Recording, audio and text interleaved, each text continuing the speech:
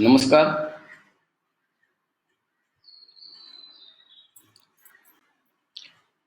Namaskar. Good evening. Today I am entrusted with the responsibility of delivering first lecture in Sri Dattopant Thengdi lecture series conducted by Akhil Bharatiya Adhivakta Parishad. Topic assigned to me is freedom of religion and restrictions thereon, today's context. Today we are passing through a peculiar phase, hitherto unknown in our lives. We are fighting a monster, and the way to fight is social distancing. Stay where you are, stay safe. That is the mantra of today. We are advocates. When I am addressing advocates, what we learn in advocacy right from beginning is patience, which is inevitable in any advocate's life. Now, this is a game of patience, and your quality of patience will help you in dealing with this situation. Social distancing is a strong weapon to fight this monster. This is a time. This is a time to unite. This is not a time to fight. This is not a time to point fingers. This is not a time for blame game. So we have to rise above our all differences of race, religion, caste, sex, place of birth, our ideologies, our political affiliations. We should come together and fight this monster. Now, yes, we are confined in our homes, those who have homes. Now, since we are confined to our homes, this is a confinement, but possibly it's not a wrongful confinement, it's a rightful confinement. Now, treat this as a boon in disguise. Give time to your family, give time to your hobbies, give time to yourself. This is a time to discover yourself, especially in Mumbai, which we don't have time even to discover our oneself. Be confident, be sure, help all those who need our help wherever and whenever you can. I am sure if we are self confident, I am sure we can fight this monster. The whole world is fighting against this monster. This is not an individual case or a case only of our country. Several countries in the whole world are affected and are seriously affected at that. So it is the whole world which is fighting this monster. We should strengthen our Samaj Purush by following the norms, by following norms for saving yourself, by following norms for saving the society. This Samaj Purush will bury this monster forever. Now, coming to our subject,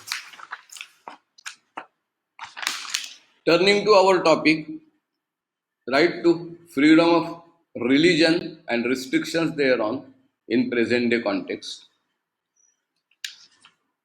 Now, religion is intrinsically interwoven with life of our polity, with our society, with our societal fabric, and with our social fabric at that. Therefore, freedom of religion or right to freedom of religion becomes very relevant. Our constitution has recognized this aspect of the matter.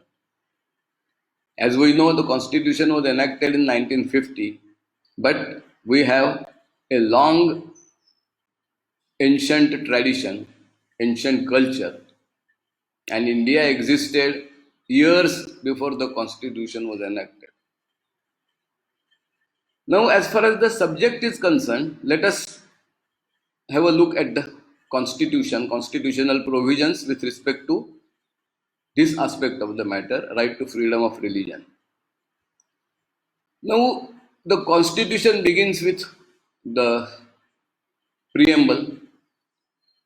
We are all aware what the preamble is. Preamble is said to be key to the constitution. Now, I will not recite the whole preamble, we the people of India.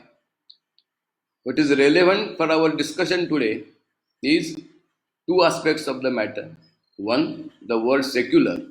We, the people of India, having solemnly resolved to constitute in India as a sovereign, socialist, secular, democratic republic. So, secular is the first word in the constitution which deals with this aspect. Secondly, it guarantees justice, liberty of thought, expression, faith, belief, and worship. So this liberty is relevant. What is the liberty? Liberty of thought expression with which we are not concerned at this juncture. Liberty of faith, belief, and worship. Now, as we say, preamble is key to the constitution. Therefore, we will have to find out from the provisions of the constitution how this liberty guaranteed in preamble of the constitution is in practice, in effect, applied by the constitution. For this purpose, we have to turn to three articles. First one being very important at this juncture. These are articles 25, 26 and 27 of the Constitution of India. Of course, I will refer to other articles as well. These three articles guarantee right to freedom of religion. Now let us analyze these articles. Let us find out what are the ingredients of this right. As I said, Article 25 is the right, is the article which guarantees the right. Now what is the right? The title of the article is freedom of conscience, free profession, practice and propagation of religion. So what is guaranteed is free propagation of religion, free practice of religion, free profession of religion. So that is the guarantee. Now, as you are aware, no right can exist in absolute terms in a society. Every right brings with it liabilities, responsibilities, and restrictions which can be put on such rights. This article or this set of articles also is not an exception to that rule that every right must come with restrictions if it is to exist in a society. So what are the restrictions? Let us go to the article itself. The article begins with the words subject to public order, morality and health. Now mind these words are very important for today's discussion. Subject to public order, morality and most important health as of today. So the article itself begins with these words subject to public order, morality and health and other provisions of this part of the constitution. So what is the guarantee? What is the restriction or what can be a restriction? The restriction can be on the ground of public order, morality and health as also on the ground of other parts of part 3 of the constitution, which means other fundamental rights guaranteed under the constitution.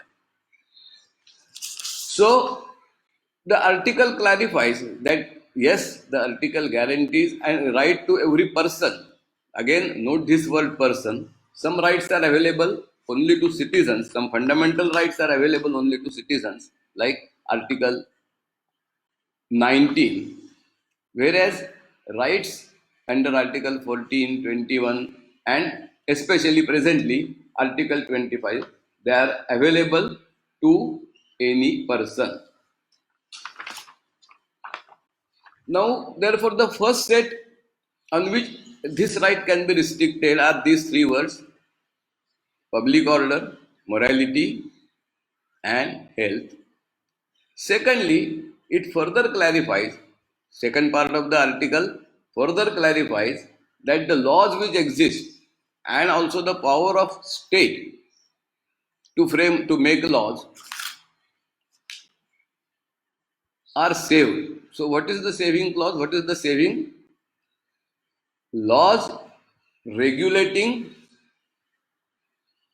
and restricting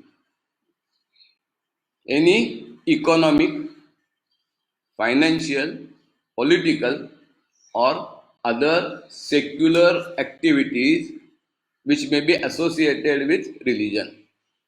So, a state is empowered, a state is authorized by the article itself, and if such law is enacted, the law cannot be said to be violative of rights guaranteed under Article 25 of the Constitution.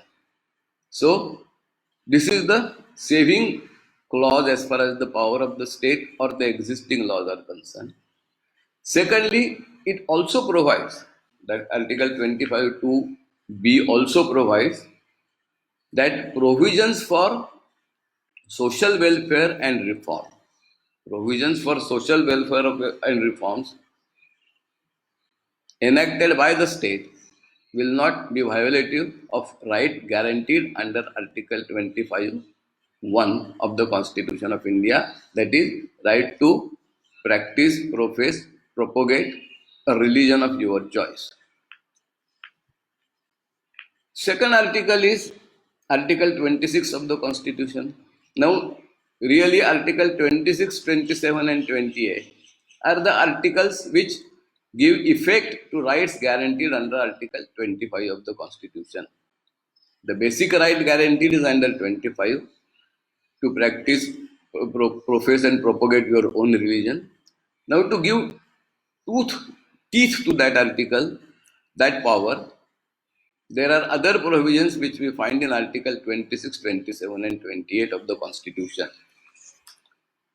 Article 26 specifies that again the same three things subject to public order, morality, and health. Now, mind these three words which are important: subject to public order, morality, and health.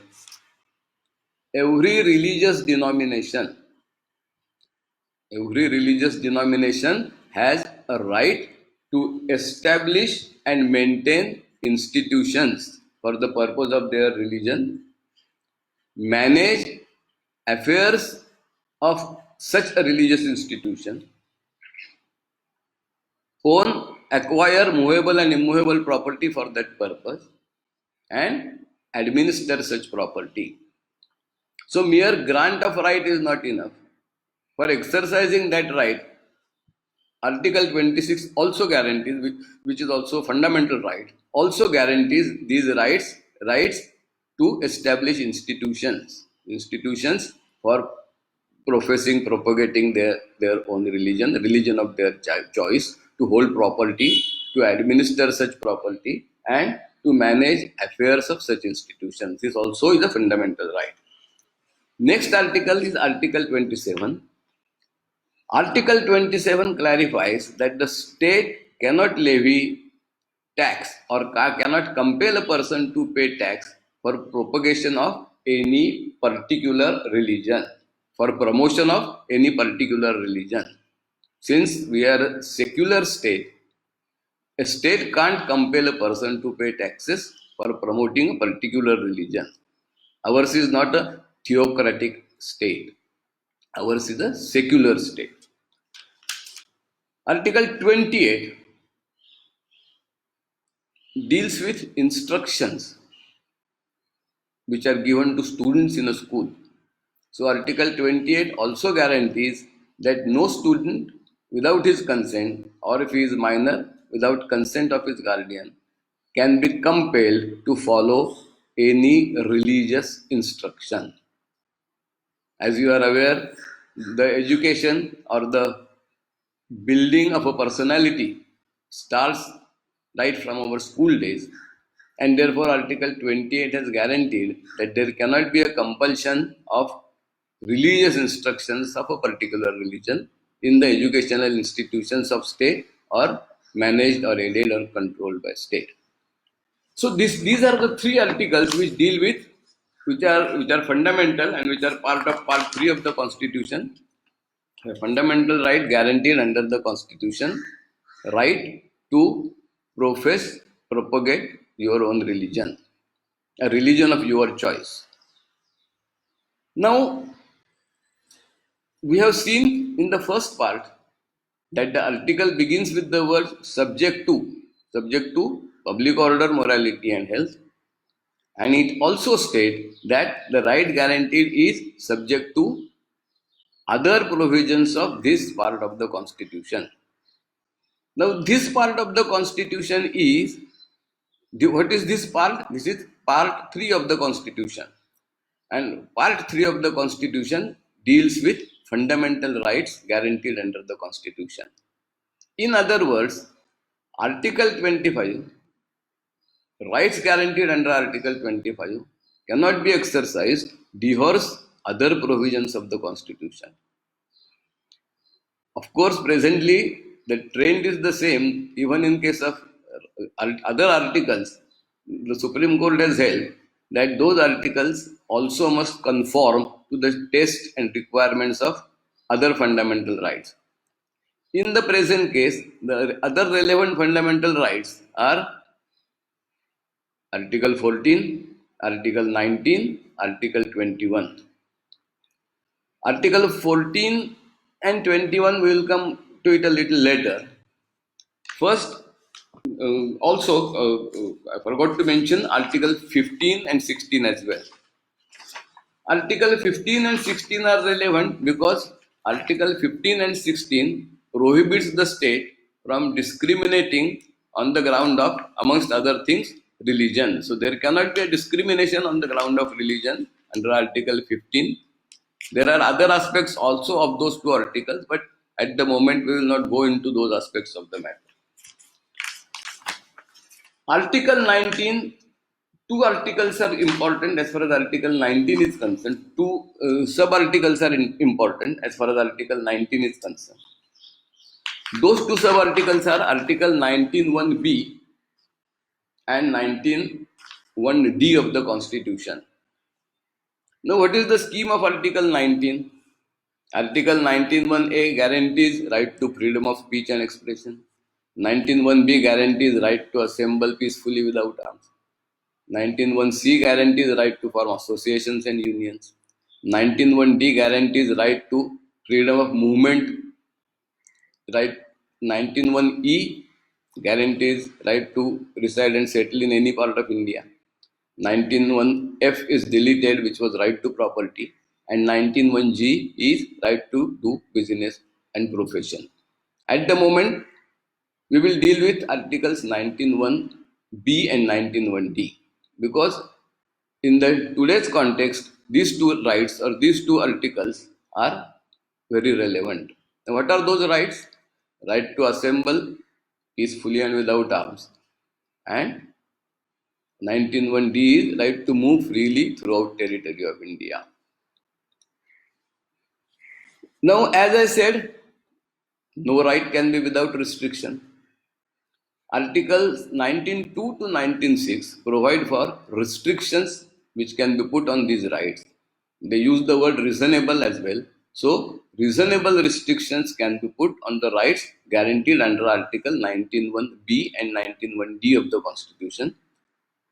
We find those restrictions in Article 19(3) and 19(5) of the Constitution of India.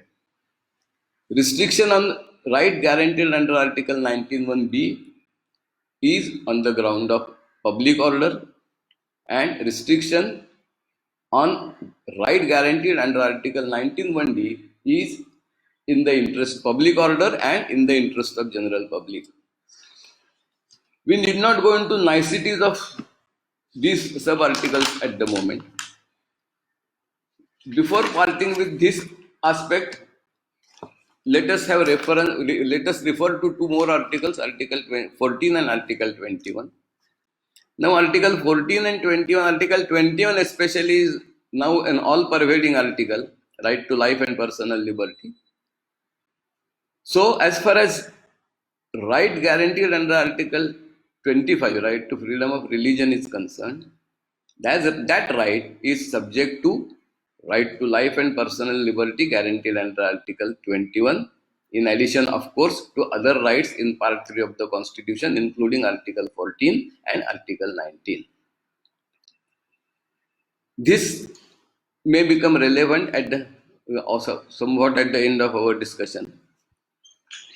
Now, as far as the interpretation of this article is concerned, this article is interpreted by the Supreme Court right from beginning. That is the first reported case which I could get was of 1952. Right from 1952 to ultimately it ended, or it has ended at this juncture with Sabrimala case. Now let us take a brief resume of these cases chronologically. Of course, if I deal with each case separately, time will not be enough.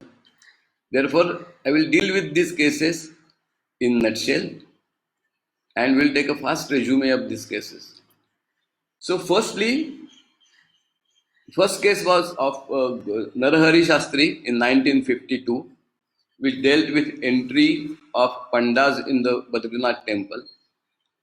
Second case was of Shirur Mutt, which is a celebrated judgment as far as Article 25 is concerned. Shirur Mutt case laid down that as far as matter of religion is concerned, religion means, what is religion? Religion, according to them, is a matter of faith with individuals or communities, and it is not necessarily theistic. For example, they gave examples of Buddha and Jain religion. That religion doesn't mean a theistic religion. Religion is not restricted only to worshipping their deities, and there are religions which may not be theistic, but they continue to be religions, and those persons professing those religions have rights guaranteed under Article 25 of the Constitution. Therefore, Shirur Mutt case is an important judgment which was delivered in 1954, which was followed by Ratilal Gandhi's case in 1954 itself.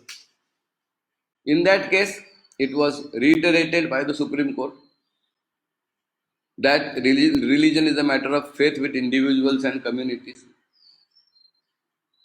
In these judgments and judgments which followed, what the Supreme Court really did was to separate different features of a religion, essential features of a particular religion, and what they call secular features of a particular religion.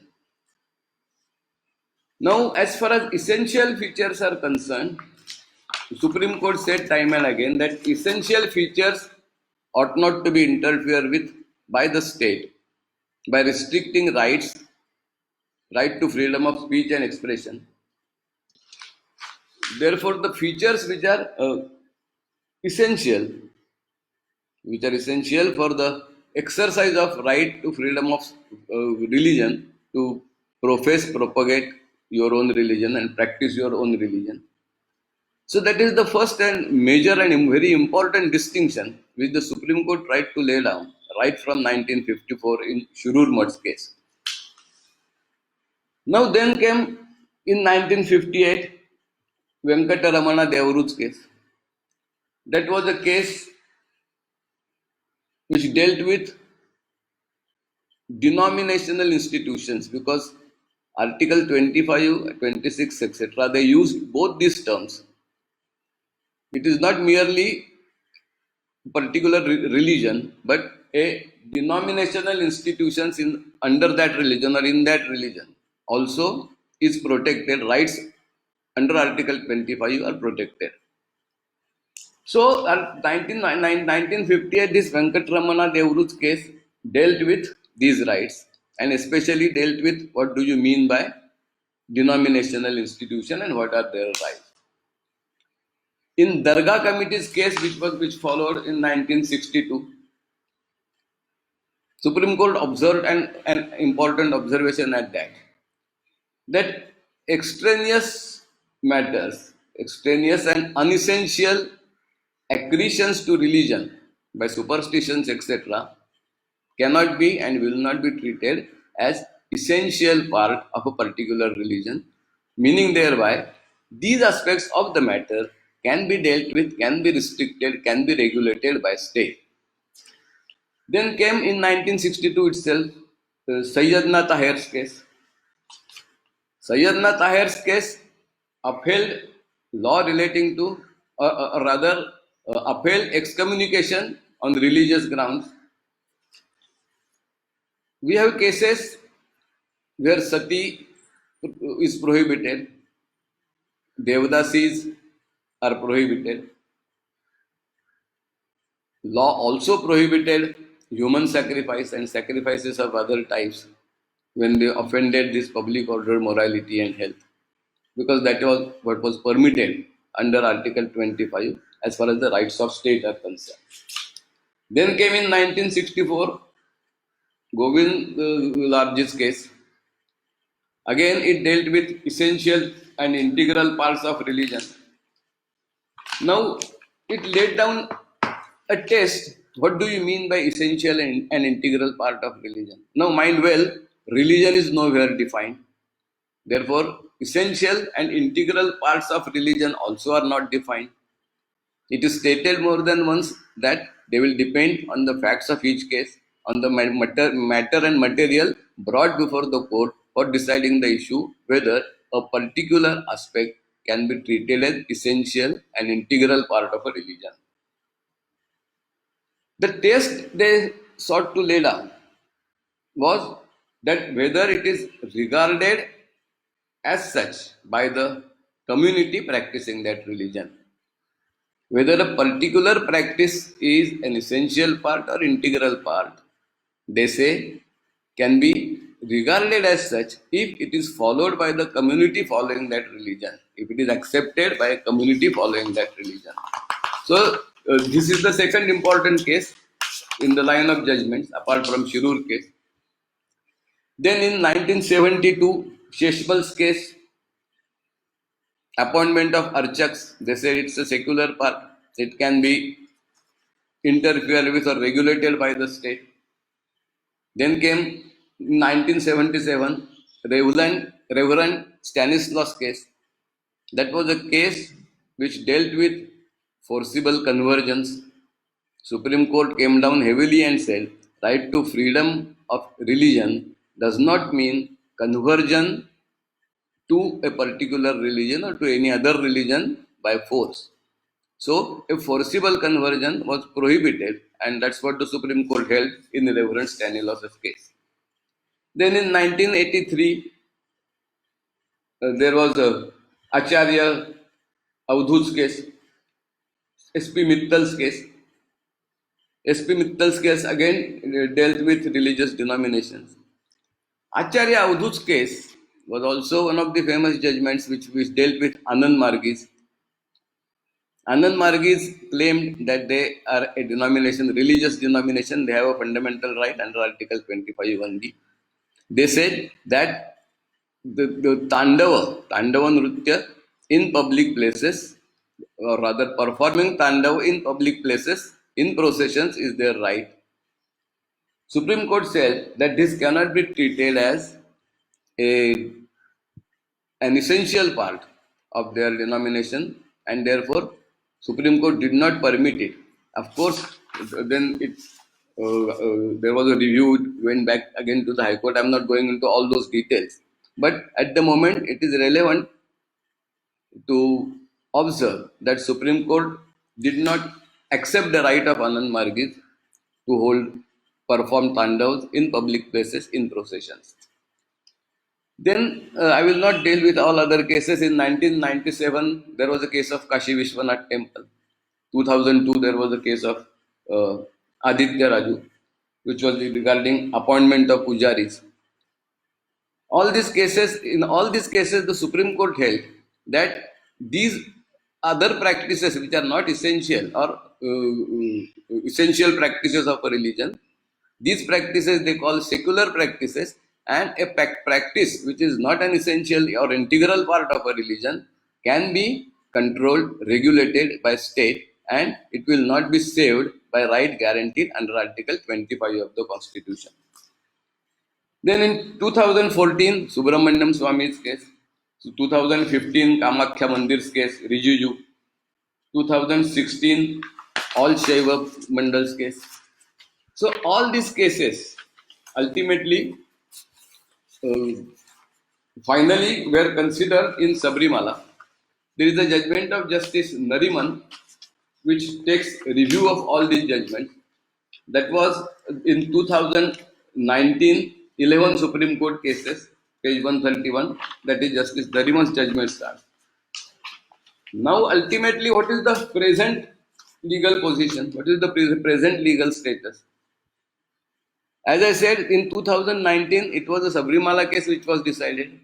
You all are aware that in Sabrimala case, there was a question whether women of a particular age group are entitled to enter the temple of Ayyappa. Till then, they were prohibited by the religious practices from entering the temples if they are within a particular age group. I will not go into all other details of the matter of the case, but the Supreme Court held, or rather upheld, the right of women to enter the temple, even though it was argued that this right really cannot be regulated by the state. That was argument on behalf of the temple. Now, does the matter end here? Now, as we all know, Supreme Court settles several issues, but ultimately, I am sorry to say that various Supreme Court judgments reopen, settle legal positions and settle laws. Now, similarly, in the case of Sabrimala, Supreme Court found that several other petitions are also pending with respect to various other matters. There were reviews also filed in the Supreme Court in the Sabrimala case. The matter ultimately now is ultimately referred to larger bench. So Sabrimala doesn't settle the issue. Sabrimala and other petitions, they ultimately give rise to a situation where the Supreme Court had to refer the matter to a larger bench. Now, I will just read the issues which are referred to larger bench. And the larger bench is a bench of 9 judges. Now, I will read those issues. I will read it fast. I don't want to waste your time. You can study that independently. The 9 judges bench framed questions as follows. What is the scope and ambit of right to freedom of religion under Article 25 of the Constitution of India? What is the interplay between the rights of persons under Article 25 of the Constitution of India and rights of religious denominations under Article 26 of the Constitution of India? Whether the rights of a religious denomination under Article 26 of the Constitution of India are subject to other provisions of Part 3 of the Constitution of India apart from public order, morality and health? What is the scope and extent of the word morality under Article 25 and 26 of the Constitution of India, and whether it is meant to include constitutional morality? What is the scope and extent of judicial review with regard to religious practice as referred to in Article 25 of the Constitution of India? What is the meaning of expression sections of Hindus occurring in Article 25(2) of the B of the Constitution of India? whether a person not belonging to a religious denomination or religious group can question a practice of that religious denomination or religious group by filing a PIL. Now, if we read these questions, which are referred to the larger bench of 9 judges, in effect, it reopens all that is laid down right from 1952 from Narahari's case. All that is reopened, and that now will be argued before the Supreme Court, before Honorable Supreme Court, before the bench of 9 judges. So again, if we can say so, everything is open for arguments, and the 9 judges bench possibly will settle these relevant and important issues argued. Now, as far as today's context, present position is concerned, we have seen in the beginning of our lecture that we are presently in a situation whether we are homebound, that we are homebound because of the requirement of social distancing. Now, as far as social distancing is concerned, naturally our rights under Article 19(1)(b) and 19(1)(d) are violated. Apart from the fact that various aspects, even maybe even essential aspects of a religion, of religious matters, we are not able to perform, or rather nobody is able to perform or exercise such rights in the present day situation. We have also seen that the right guaranteed under Article 25 is subject to other parts of the Part 3 of the Constitution.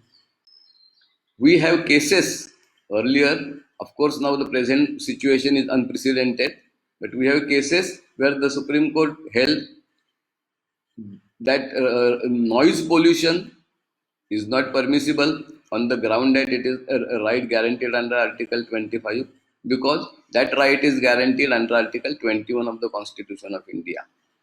So there are various such rights which the Supreme Court held that will be controlled, or the exercise in a manner which will affect right of the others cannot be permitted, and such prohibition on rights by the state, such prohibition was upheld.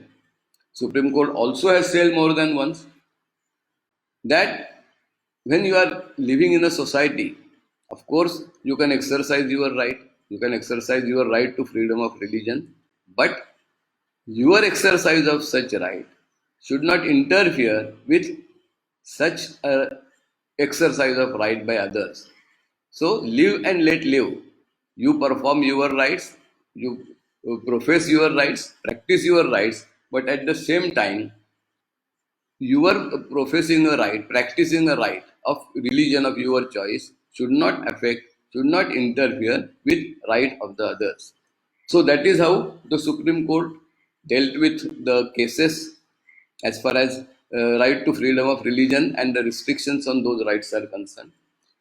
As far as the present situation is concerned, again to repeat, let us go back to the original article, subject to public order, morality and health, as also subject to other provisions of this part of the Constitution.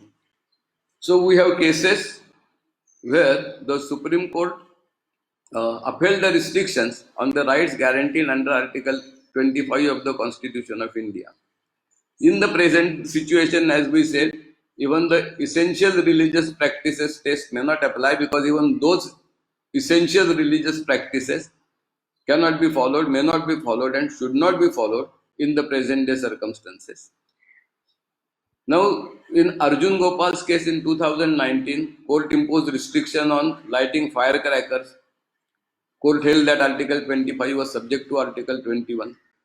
In the case regarding noise pollution, as I said, similar restrictions of use of fireworks was imposed, and the court upheld the restriction. In Church of God Full Gospel in India's case in 2007 Supreme Court cases, activities that disturb the peace in the name of religion cannot be permitted. No religion prescribes the prayers should be carried out by means of voice amplifiers. So Supreme Court also in that case held that in a case which affects rights of others, which affect rights guaranteed under Article 21 of the Constitution of India, such exercise of right can be restricted by the state. Then we are well aware of the case which was going on, Dr. Mahesh Bedekar's case, PIL 173, which I think is still pending in the Honorable High Court, Mumbai High Court. Lastly, the practice of Santhara in Jain community, that was held to be bad, unconstitutional by Rajasthan High Court. But if I mistake not, the matter is pending before the Honorable Supreme Court. Now, this is an overview of right to freedom of speech guaranteed under the Constitution of India, especially Articles 25, 26, 27, 28, read with Article 14, 19 and 21 of the Constitution of India.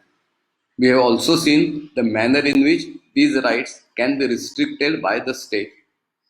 Rather, the court is authorized and empowered and permitted under Article 25 to itself to regulate these rights. We have also seen that the Supreme Court has tried to make a distinction, or has in fact made a distinction between essential and integral parts of a religion and parts which are not essential or integral and which therefore can be said to be secular. Of course, Supreme Court has said that this is not easy to decide in a particular case whether it's the integral or essential part of religion. But in any case, these are the tests laid down by the Supreme Court. Supreme Court, as I said, in the present day situation, all these rights are restricted. Movement is restricted.